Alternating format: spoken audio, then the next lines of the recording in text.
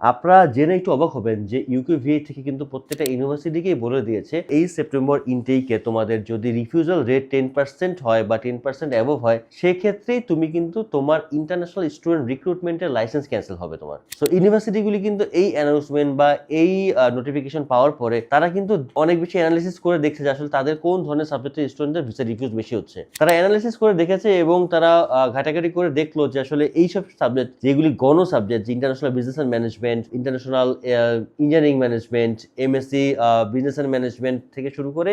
এই টাইপের management related যেসব কোর্স রয়েছে বা একেবারে এন্ট্রি লেভেলে যে কোর্সগুলি রয়েছে, সেই কোর্সগুলির স্টুডেন্টের সবচেয়ে বেশি ভিসা রিফিউজ হচ্ছে। সো অবশ্যই যারা সেপ্টেম্বর ইনটেকে অ্যাপ্লাই করছেন, অবশ্যই একটু ভিসার অ্যাপ্লাই করার আগেই আপনারা একটু যদি কাস্ট লেটারও পেয়ে থাকেন, ইউনিভার্সিটির সাথে কথা বলবেন যে যেহেতু অনেক ইউনিভার্সিটিরই এইসব সাবজেক্টে অ্যাপ্লাই করার কারণে তাদের কাজ মাঝপথে উইথড্র হয়ে গিয়েছে, আপনার কাজটা উইথড্র হবে কিনা। কারণ কি আলটিমেটলি যদি উইথড্র হয়ে যায় কাস্ট লেটার, তাহলে আপনি ইন্টারভিউ দেওয়ার আগে আপনি ভিসা রিফিউজ হয়ে যেতে পারে।